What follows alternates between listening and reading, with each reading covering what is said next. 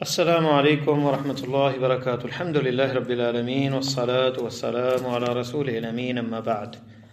معزز سامعین، آج ہمارا یہ 67 نمبر درس جنازے کے مسائل جو باقی رہ گئے ہیں ان پہ بات ہوگی۔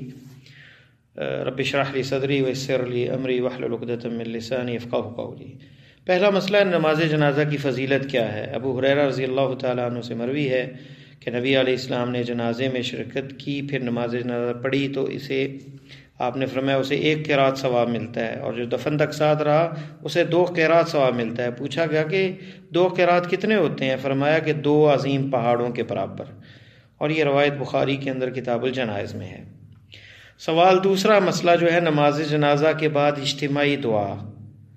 کسی بھی صحیح حدیث میں نماز جنازہ کے بعد اجتماعی دعا ثابت نہیں ہے، جیسا کہ شیخ بن باز رحمہ اللہ فرماتے ہیں کہ نبی صلی اللہ علیہ وسلم اور خلفائے راشدین سے ایسا کچھ ثابت نہیں ہے، اور سعودی مجلس افتاء جو ہے انہوں نے اس کے مطابق فتویٰ دیتے ہوئے اس دعا کو بدعت قرار دیا۔ جنازے کے ساتھ چلنا، کہاں چلنا چاہیے، کیسے چلنا چاہیے۔ ابو ہریرہ رضی اللہ تعالیٰ عنہ کی حدیث صحیح بخاری میں ہے، آپ نے فرمایا اسرعوا بالجنازہ، جنازہ لے جانے میں جلدی کرو، اس لیے کہ اگر مرنے والا نیک شخص ہے تو تم اس کو بھلائی کی طرف نزدیک کر رہے ہو، اور اگر اس کے سوا برا ہے تو ایک شر سے جسے تم اپنی گردنوں سے ایک شر کو اتار رہے ہو۔ تو یعنی جنازے کو دفن کرنے میں جلدی کرنی چاہیے، دفن کفن کا انتظام جلدی ہونا چاہیے اور جلدی اسے لے کے جانا چاہیے۔ دوسری روایت جو ہے ابو بکرہ رضی اللہ تعالی عنہ سے ہے، اور یہ روایت جو ہے صحیح ابو داؤد کے اندر ہے۔ شیخ البانی نے صحیح ابو داؤد میں 2725 نمبر اس حدیث کا، اور اسے صحیح کہا ہے۔ فرماتے ہیں وَنَحْنُ مَعَ رسول اللہ صلی اللہ علیہ وسلم نَرْمَلُ رَمْلًا، ہم تیزی سے چلتے، یعنی گویا کہ بھاگنے کی کیفیت ہوتی، ہم جنازہ لے کر دوڑا کرتے تھے، یعنی تیز تیز چلا کرتے تھے۔ تو جنازے کو تیز لے کے جانا چاہیے، تیزی سے چلتے ہوئے لے کے جانا چاہیے۔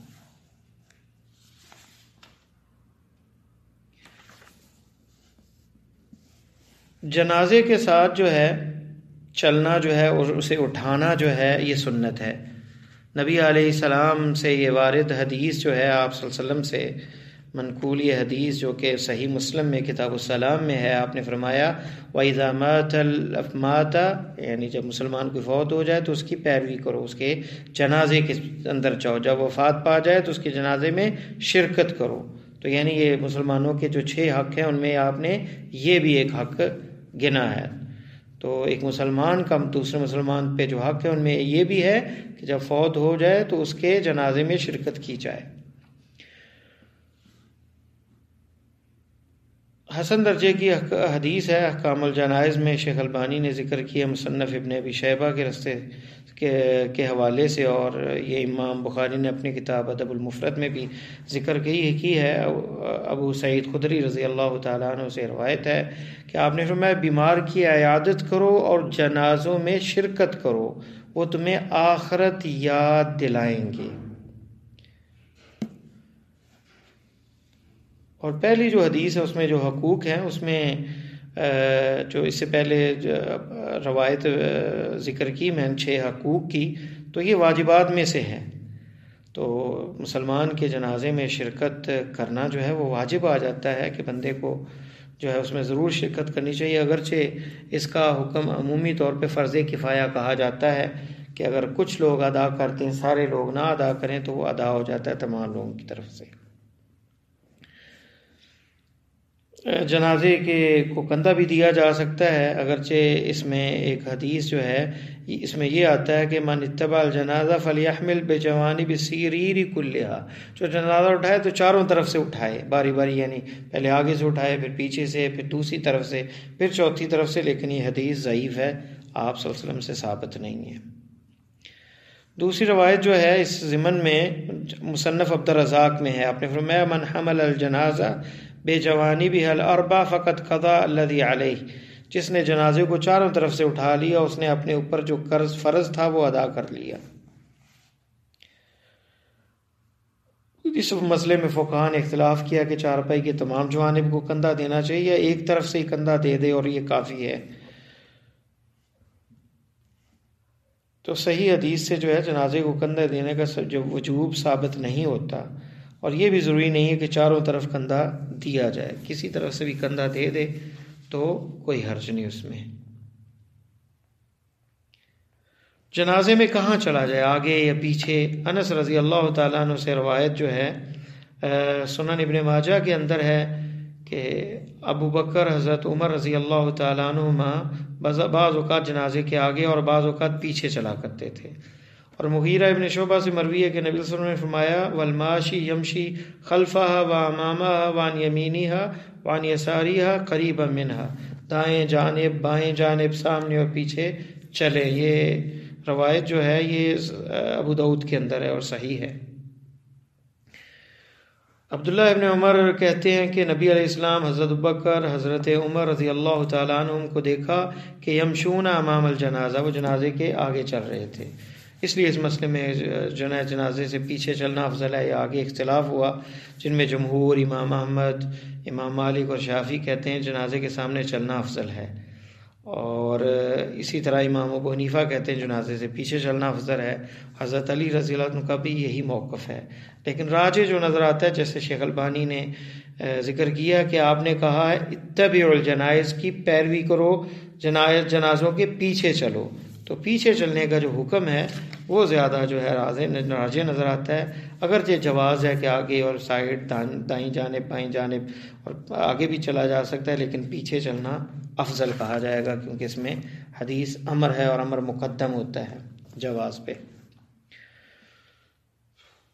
کیا جنازے پہ جاتے وقت سوار ہو کے جائے یا پیدل آئے؟ تو بہتر یہ ہے کہ بندہ پیدل جائے، اللہ کہ کوئی ضرورت ہو، بندہ چل نہیں سکتا تو ایسی مجبوری میں سوار ہو، ورنہ پیدل ہی جانا چاہیے، کیونکہ ثوبان رضی اللہ تعالیٰ عنہ سے یہ حدیث ہے کہ ایک جانور لایا گیا آپ کے لیے، تو آپ نے انکار کر دیا اس پہ سوار ہونے سے، اور آپ سے اس کے متعلق جب پوچھا گیا تو آپ نے فرمایا ان الملائکہ کانت تمشی فلم اکن لارکب وہم یمشون، کہ فرشتے بھی چل رہے تھے اور میں نے نہیں پسند کیا کہ میں جو ہے وہ سوار ہو جاؤں اور وہ پیدل چل رہے ہوں۔ جب وہ چلے گئے تو پھر آپ سوار ہو گئے، یعنی واپسی پہ۔ اور یہ روایت جو ہے ابو داؤد میں ہے اور شیخ البانی نے اسے صحیح کہا ہے۔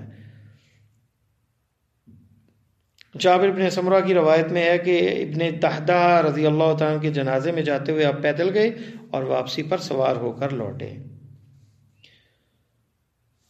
تو اس میں افضل یہی ہے کہ پیدل چلے، الا ضرورت کے تحت بندہ سوار ہو سکتا ہے، اگر ضرورت واپسی پہ جو ہے بغیر ضرورت کے بھی سوار ہو کے آ سکتا ہے، لیکن اگر جاتے وقت جو ہے وہ پیدل جائے تو یہ زیادہ بہتر ہے۔ اور شیخ البانی کہتے ہیں سوار ہونا جائز ہے بشرطے کہ جنازے کے پیچھے چلے۔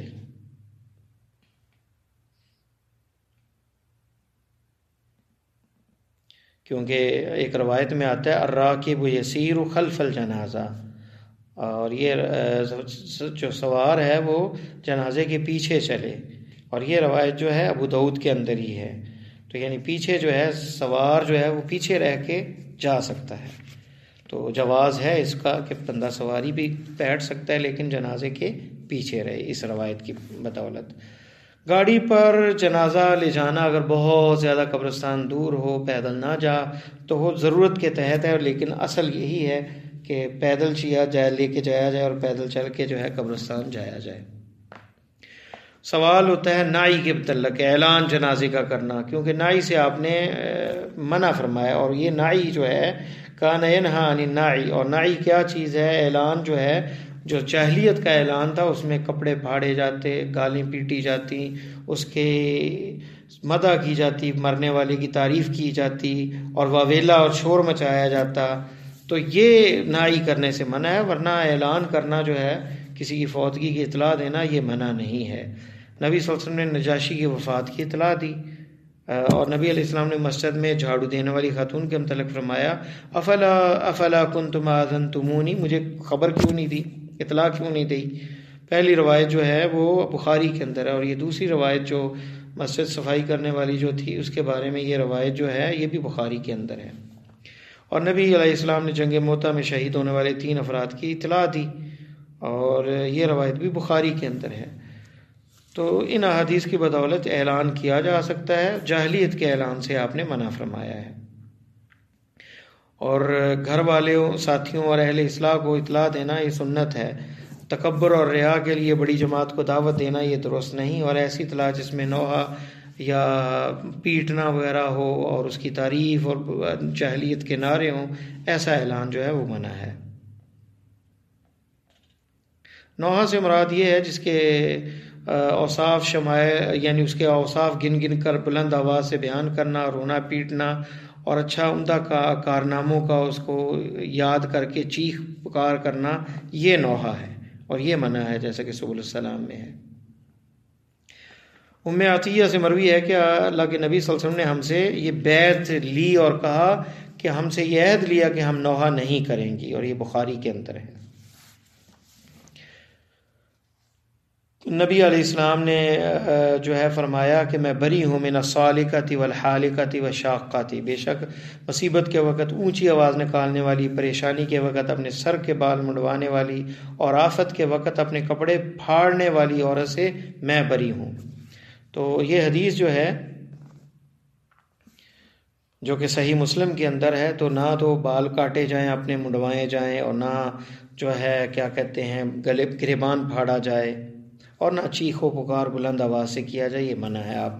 آپ نے برات کا اظہار کیا ہے، اور فرمایا النائحۃ اذا لم تتب قبل موتها تقام یوم القیامہ وعلیہا سربال من قطران ودرع من جرب، نوحہ کرنے والی عورت اگر اپنی موت سے پہلے توبہ نہیں کرے گی تو روز قیامت اس حال میں اٹھائی جائے گی، اس پر گندک کا کرتا اور خارش کرنے والی قمیض ہوگی، اور یہ روایت جو ہے صحیح مسلم کے اندر ہے۔